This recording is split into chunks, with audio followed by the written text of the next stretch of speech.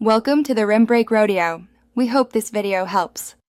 You're starting on a device already signed into the child's Google or YouTube account. First, open YouTube or YouTube Kids and go straight to Settings. This makes preferences apply to the correct profile.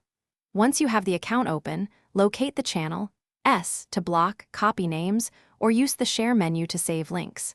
Make sure you have parental controls enabled in the account. They are the gatekeeper that lets blocking stick across sessions and devices. Now you take action. Open a channel, tap the three-dot menu, and choose Block or Don't Recommend. That prevents new uploads from showing up for this account.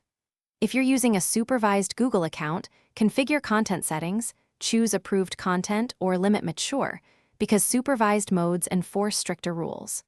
Once done, enable Restricted Mode at the bottom of YouTube settings to filter potentially mature videos. This combination reduces exposure and improves consistency across search, home feed, and recommendations.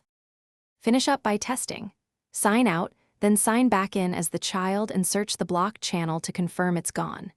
If videos still appear, clear the app cache or restart the device. Sometimes settings need a refresh.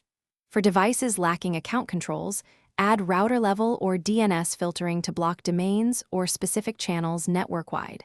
Finally, keep the blocked list current, review it monthly and update as new channels appear. That prevents bypasses and keeps viewing safe. Thanks for watching.